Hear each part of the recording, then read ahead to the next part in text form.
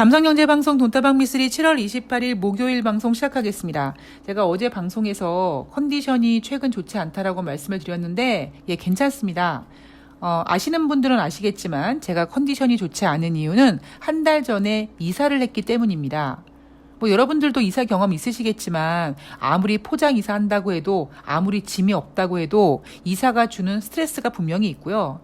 저 같은 경우에는 우리 행운이가 새로 이사 온 곳에서 적응하는 데 좀 시간이 필요하다 보니까 밤에 잠을 잘 못 자고 주인인 저는 그게 걱정돼서 같이 날밤을 새고 그렇게 행운이는 이제 그 과정을 지나면서 적응을 했는데 인간인 저는 오히려 그때 받은 그 피로 누적이 계속 쌓이다 보니까 이제 분출하기 시작한 거죠. 상생님께서 잠이 보약이라고 해주셨는데요. 저 100% 동의하고요. 제가 증권사 다닐 때는 직원들끼리 매일 술 마시고 또 고객이랑 만나서 술 마시고 이래저래 술자리가 많아서 술을 마신 것도 있지만 사실 지금은 그렇게 술자리가 없잖아요. 그런데도 불구하고 제가 맥주를 사랑하게 된 계기는 잠을 자기 위해서입니다. 물론 맥주를 마시면, 그러니까 밤에 술을 마시면 깊은 잠을 잘 수 없다라는 건 알지만 제가 술을 마시지 않으면요. 밤에 침대에 누우면 똘망똘망한 정신으로 맘만 먹으면 그냥 날밤을 샙니다. 특히 제가 생각이 좀 많다 보니까 잠자기 전에 어떤 생각을 해서 그 생각이 꼬리에 꼬리를 물면 그냥 새벽 4시, 5시가 되더라고요. 그래서 이제 그런 생각 자체를 안 하기 위해서 약간 정신을 좀 이렇게 말랑말랑하게 하기 위해서 이제 맥주를 마시는데 몸이 너무 피곤하니까 몸이 이제 맥주를 거부하는 거예요. 야, 맥주 안 마셔도 나 잘 수 있을 만큼 지금 충분히 피곤하니까 맥주 마시지 마.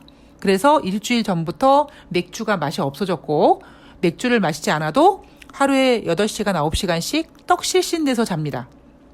근데 지금은 많이 회복이 됐고요. 제가 이제 어제 그 얘기를 해드린 이유가 휴가 얘기를 하다 보니까 이제 그 얘기가 나왔는데 걱정을 안 해주셔도 됩니다. 정말 많이 지금 좋아지고 있고요. 어떤 청취자님께서 누구 연맥이기 위해서 휴가를 갔다 와라 이렇게 말씀하시는 분도 계신데 그러면 안 되죠. 그리고 다시 말씀드리지만 5년짜리 대통령 윤석열 대한민국 주식시장 망가뜨리지 못합니다. 제가 얼마나 사랑하는 주식시장인데요. 그리고 윤석열 휴가 기간 동안 김정은이 미사일 실험한다고 해도요. 대한민국 주식시장 무너지지 않습니다. 제가 지금 걱정하고 있는 거는요. 제가 알고 있는 악재에 대해서는 걱정하지 않아요. 그런데 혹시 내가 뭔가 놓치고 있지 않은가? 내가 알고 있지 않은 어떤 악재가 내 뒤통수를 치는 게 아닌가? 이런 부분 때문에 제가 예민하게 시장을 보고 있는 거죠. 윤석열 때문에 주식시장이 망가질 일은 없습니다. 그동안 충분히 외국인들이 매도했고요. 다른 나라들보다 우리나라가 많이 빠졌잖아요. 다 거기에 반영이 되어 있습니다. 이제 진짜 문제는 다시 말씀드리지만 주식시장은 어느 정도 선에서 그냥 그러려니 합니다. 여러분 생각해 보세요. 저는 코스피 300포인트 때도 주식시장이 있었고요. 3000포인트 때도 주식시장이 있었습니다. 그런데 올라가는 녀석들은 올라가요. 3000포인트가 넘어가도 안 올라가는 놈들은 안 올라갑니다. 그리고 주식시장은요, 또 그 포지션에서 적응을 해요. 근데 문제는 부동산 시장은 다르다라는 거죠. 이제 금리 인상 지금 되잖아요. 현금화가 빠른 주식시장과 현금화가 느린 덩어리인 부동산은 반응이 다릅니다. 충격도 다릅니다. 그 부분만 염두에 두시면 괜찮습니다. 그래서 휴가 계획 있으신 분들은 편안한 마음으로 다녀오시고요. 저는 주식시장을 잘 지키고 있겠습니다. 자, 오늘 돈다방 미쓰리 7월 27일 수요일 뉴욕 증시 마감 현황 체크할 거고요. 7월달 FOMC 회의에 대해서 좀 정리해 보도록 하겠습니다. 자, 수요일 뉴욕 증시 크게 상승했습니다. 다우지수가 1.37%, S&P 500이 2.62%, 나스닥이 4.06%. 자, 단도직입적으로 여쭙겠습니다. 여러분, 7월 27일 수요일 뉴욕 증시 왜 상승했나요? 글쎄, 예. 자, 이날 발표된 뉴욕 증시에서 발표된 경제지표는요. 6월달 내구재 전월 대비 1.9% 증가, 6월달 펜딩 주택 판매 전월 대비 8.6% 감소했습니다. 자, 뉴욕 증시에 대해서는 이 부분까지만 하고 왜 이날 뉴욕 증시가 상승했는지에 대해서 FOMC 회의 결과와 같이 좀 내용을 분석해 보면 제가 어제 이 이야기를 할까 말까 고민을 하다가 에이 그냥 가만히 있으면 중간이라도 가지 괜히 얘기했다가 맞추지 못하면 괜히 좀 가벼운 사람 된다 얘기하지 말자 그래서 얘기를 안 한 부분이 있었는데 그게 뭐냐면 전일 그러니까 7월 26일 화요일 뉴욕 증시가 하락했잖아요. 여러분 왜 하락했습니까? 월마트 같은 소매 업체들의 실적 우려 때문에 관련주들이 동반 하락하면서 주가가 하락했잖아요. 저는 얘네들이 일부러 하락했나? 라는 느낌이 좀 들었거든요. 그러니까 일부러 하락했다라는 말이 약간 좀 어폐가 있는데 그럼 다르게 표현을 해드릴게요. 저는 7월달 FOMC 회의에서 75bp를 인상하든 1%를 인상하든 사실 저는 그렇게 큰 의미를 두지 않았습니다. 왜냐하면 75bp 금리 인상을 한다면 시장이 예상하고 있던 대로 금리 인상을 했다라고 해석할 것이고 만약에 예상을 깨고 1% 인상을 한다면 단기적으로는 충격을 주겠지만 어차피 8월 달에는 FOMC 회의가 없기 때문에 9월 달 회의까지 시간이 많이 남았고 그러면 7월 달에 1% 금리 인상했으니까 9월 달, 11월 달 혹은 12월 달 남은 FOMC 회의에서 금리 인상을 조금씩만 하겠다. 뭐 이렇게 해석할 수도 있거든요. 그러니까 제가 집중적으로 지금 보고 있는 부분은 7월 달 FOMC 회의 결과 그 다음입니다. 제가 일요일 방송에서인가도 이 얘기를 해드린 적이 있는데 그 얘기는 7월 달에 어떻게든지 FOMC 회의에서 75bp를 하던 1%를 하던 금리 인상을 딱 끝낸 다음에 이제 2분기 미국의 GDP 경제 성장률이 발표가 되죠. 마이너스를 예상하고 있습니다. 그리고 개인 소비, 개인 소득 이런 것들이 발표가 됩니다. 그리고 8월 초에는 7월 달 고용 지표가 발표가 됩니다. 자, 그랬을 때 연준이 금리 인상 딱 해놓은 다음에 이제 금리 인상에 관련된 이벤트가 해소된 상태에서 발표되는 경제 지표들이 만약에 개인 소득이나 개인 소비 지출 같은 것들이 예상보다 잘 나오면 아이고 이거 인플레이션이 쉽게 잡히지 못하겠네라는 우려가 불거질 수 있고요. 마이너스 경제 성장률 2분기 마이너스 발표하면 1분기에 이어 연속 2분기 기술적인 경기 침체 그러면 경기 침체 우려가 불거질 수 있고요. 여기에다가 8월 달에 발표되는 7월 달 고용 지표들 이 지표들이 고용 지표가 무너진다면 경기 침체 우려가 커질 수 있거든요. 그러면 경기 침체 혹은 인플레이션이 쉽게 잡히지 않을 거라는 우려 때문에 증시가 하락했을 때 소매 업체는 기업들 실적 우려로 하락했지만 증시를 받쳐줄 수 있는 강력한 힘이 있는 녀석들 뭐 마이크로소프트, 알파벳, 뭐 애플 이런 녀석들이잖아요. 그러니까 얘네들은 기업 실적을 어떻게 발표하느냐에 따라서 주가가 달라질 수 있고 그 달라지는 움직임에 따라 그 주식시장이 같이 따라 움직일 수 있거든요. 그래서 혹시 앞으로 발표되는 경제 지표들이 어떤 시장에 우려감을 줄 때 이런 굵직한 녀석들이 시장을 이렇게 받치는 역할을 하지 않을까 그런 생각을 했었습니다. 그래서 그런 것들을 감안해서 소매업체 기업들 실적 우려로 증시를 뺐나 이런 생각도 했었거든요. 그런데 제 예상이 다르지 않았다, 틀리지 않았다는 생각을 한번 해봅니다. 왜냐하면 7월 27일 수요일 뉴욕 증시가 개장되기 전에 나스닥 선물지수가 1%대 상승을 유지를 했습니다. 이상하죠? 연준이 금리 인상 발표한 것도 아닌데 제롬 파월 연준 의장이 기자회견을 한 것도 아닌데. 근데 나스닥 선물지수가 상승했습니다. 그리고 뉴욕 증시도 상승 출발했습니다. 상승 출발한 이유는 마이크로소프트, 알파벳, 그리고 보잉 이런 기업들의 실적 발표 결과 때문이었습니다. 여기에다가 이 기업들의 실적이 어느 정도 시장에 반영이 되고 그리고 다시 이 기업 실적에 대해서 다시 한번 생각해 보게쯤 됐을 시간에 연준이 75bp 금리 인상을 예정대로 단행했고요. 그리고 제롬 파월 연준 의장이 기자회견을 했습니다. 그리고 주가는 상승 마감했습니다.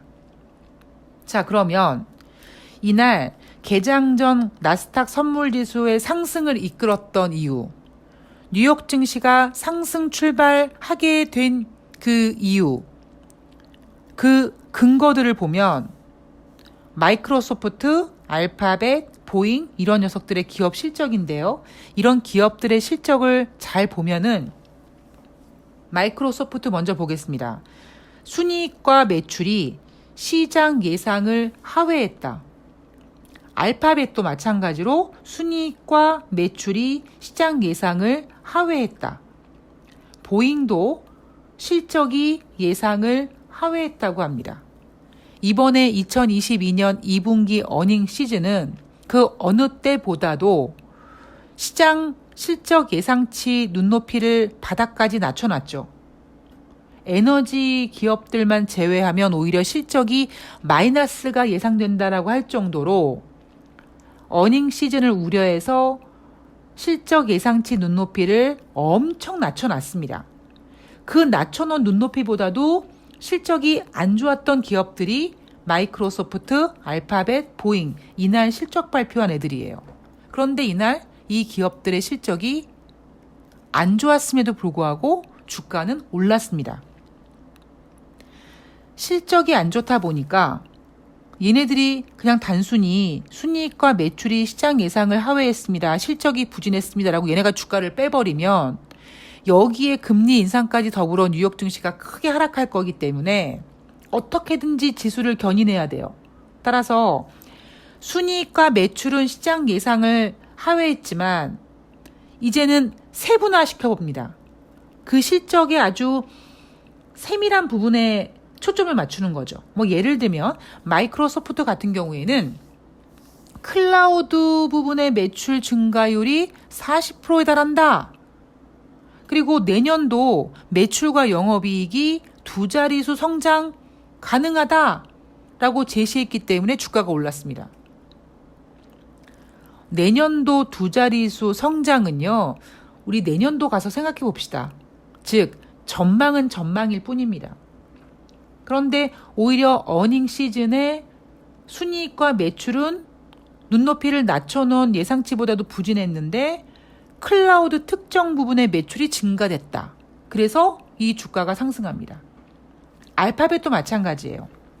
순이익과 매출은 시장 예상을 하회했는데 검색 엔진 사업부 부분이 계속 그동안 강하게 성장세를 유지해 왔는데 이번에도 강하게 유지가 됐다라고 해서 이 주가가 올라갑니다. 항공사 보잉 같은 경우도요. 실적은 예상을 하회했는데 올해 영업 현금 흐름이 플러스 달성할 수 있을 것 같다. 그래서 주가가 상승합니다. 눈높이를 낮춰놓은 그 실적 예상치보다 부진한 성적표. 그 성적표로는 금리 인상과 함께 주식시장이 악재가 될 것 같으니까 우리가 알 수 없는 미래에 대한 전망을 제시함으로써 그 전망에 포커스를 맞춰서 주가를 띄워놓죠. 이렇게 주가를 띄워놓은 상태에서 제롬 파월 연준 의장이 시장이 예상한 대로 75bp 금리 인상을 하고 기자회견을 합니다. 뉴욕 증시가 상승했어요. 자, 기자회견에선 그럼 어떤 부분이 뉴욕 증시를 상승시켰는지 볼게요. 솔직히 여러분, 제롬 파월 연준 의장이 기자회견한 부분에 있어서 주가가 상승할 이유는 없습니다. 그런데 얘네들은 주식시장을 상승시켜야 돼요. 미국은 쓸 카드도 많고요. 그리고 지금 조 바이든 행정부는요.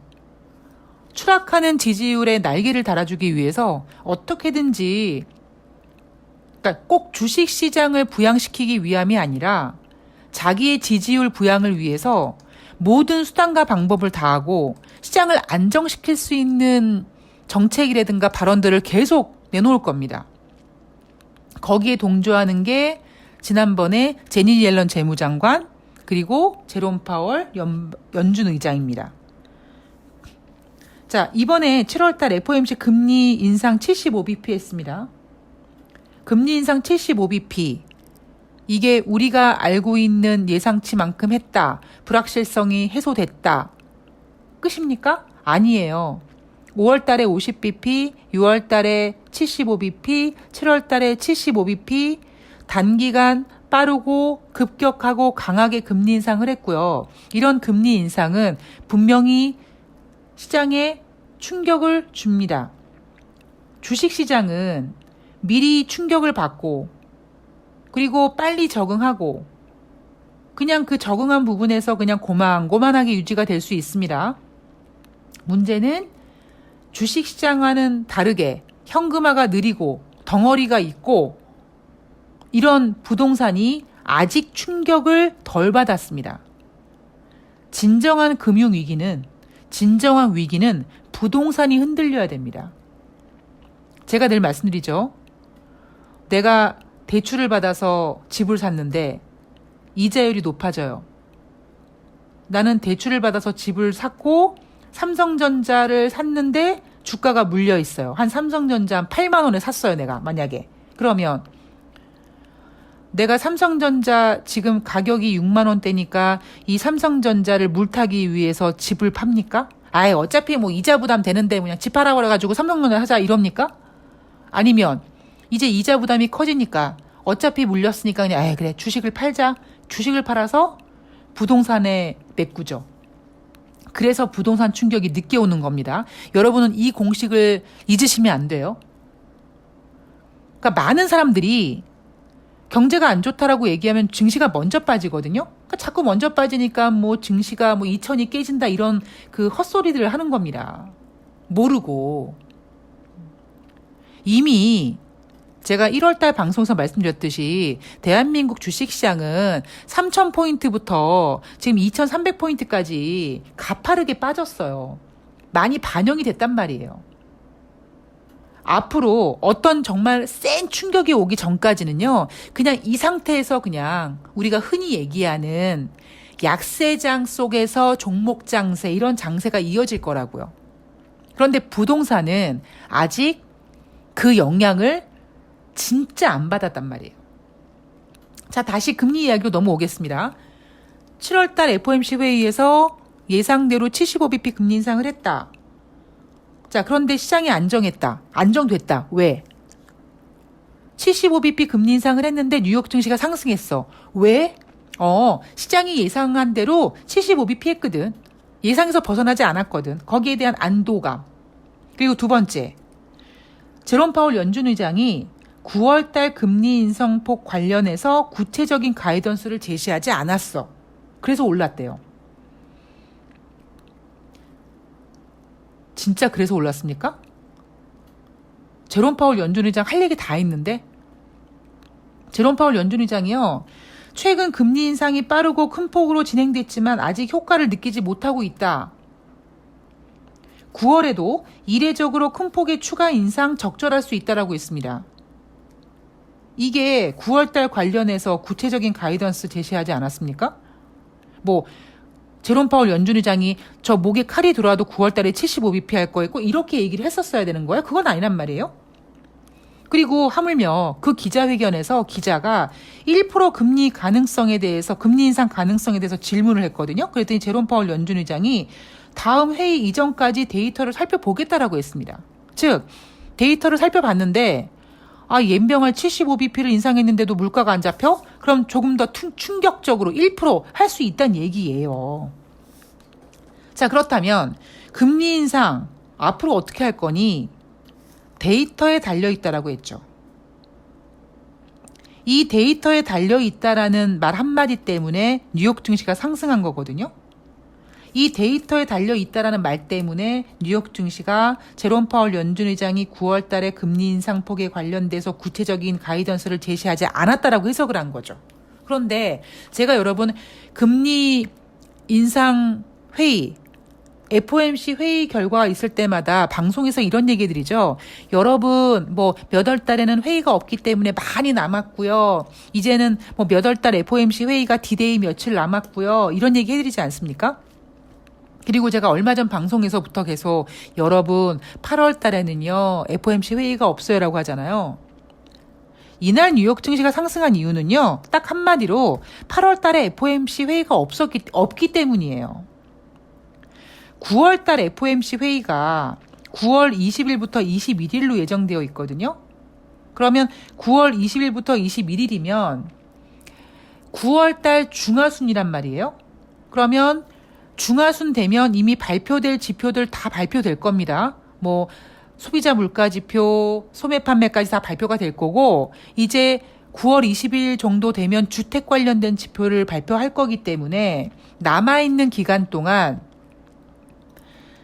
8월 달, 9월 달 중순까지 연준은 7월 달, 8월 달 고용 지표, 7월 달, 8월 달 소비자 물가 지수, 생산자 물가 지수, 소매 판매 이런 거를 두 달치 거를 확인하고 9월 달에 회의를 할 거기 때문에 시장에서는 이렇게까지 5월 달에 50bp, 6월 달에 75bp, 7월 달에 75bp 금리 인상을 했으니까 그 두 달 동안 우리가 확인되는 경제 지표는 분명히 인플레이션이 꺾이는 것이 증명될 것이고 따라서 9월 달에 제롬 파월 연준 의장이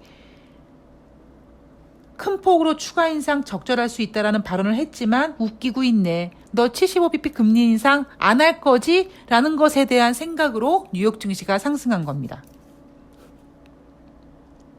즉 시장이 이날 상승한 이유는요.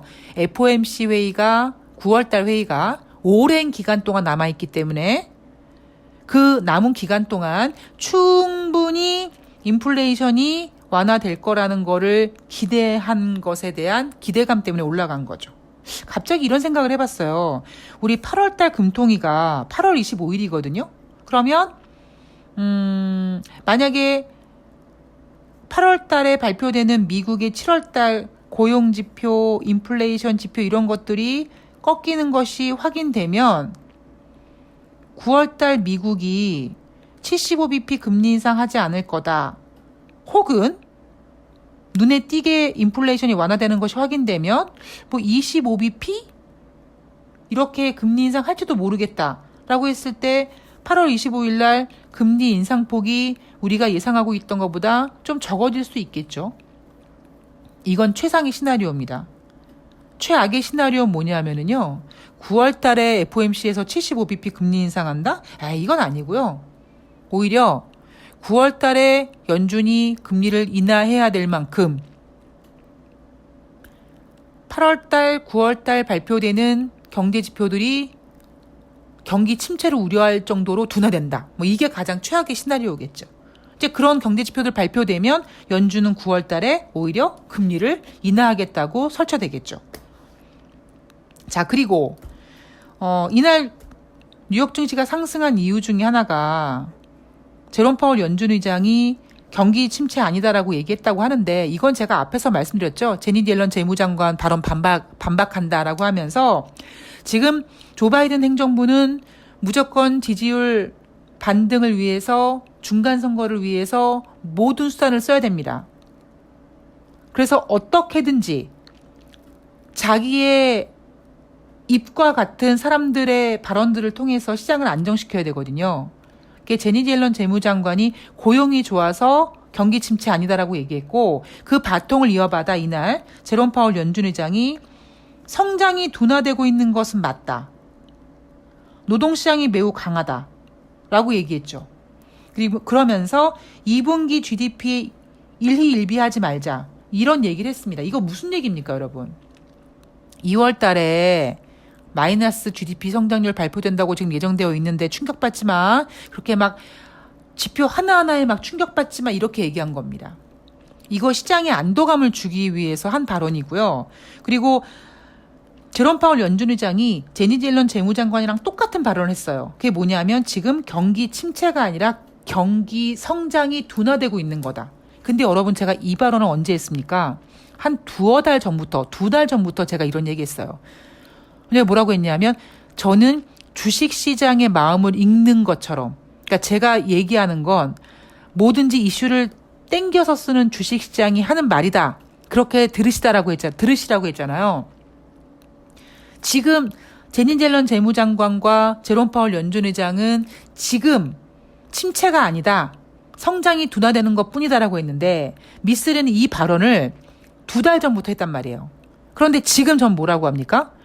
8월 달에는 경기 침체를 걱정하게 될 거라고 했죠. 거기에 대한 근거는 경기 침체냐 확장이냐를 기준 짓는 그 기준선을 깨는 지표들이 이제 눈에 띄게 많아지고 있는 거예요.